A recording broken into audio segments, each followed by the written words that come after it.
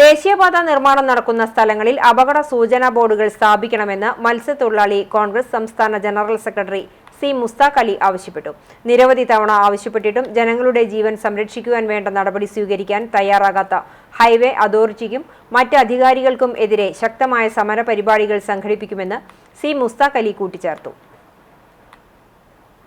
NH66 ദേശീയപാത വികസനവുമായി ബന്ധപ്പെട്ട് നടക്കുന്ന പണിക്കിടയിൽ നിരവധി അപകടങ്ങൾ ഉണ്ടാവുകയും കുറേ പേർ മരിക്കുകയും നിരവധി ആളുകൾ ഇന്ന് ചികിത്സയിലുമാണ്.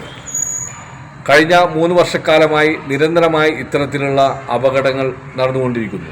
ഇക്കഴിഞ്ഞ ദിവസം തൃപ്രയാറിൽ 5 മനുഷ്യജീവനുകളാണ് ഒരേ സമയത്ത് മരണപ്പെട്ടത്.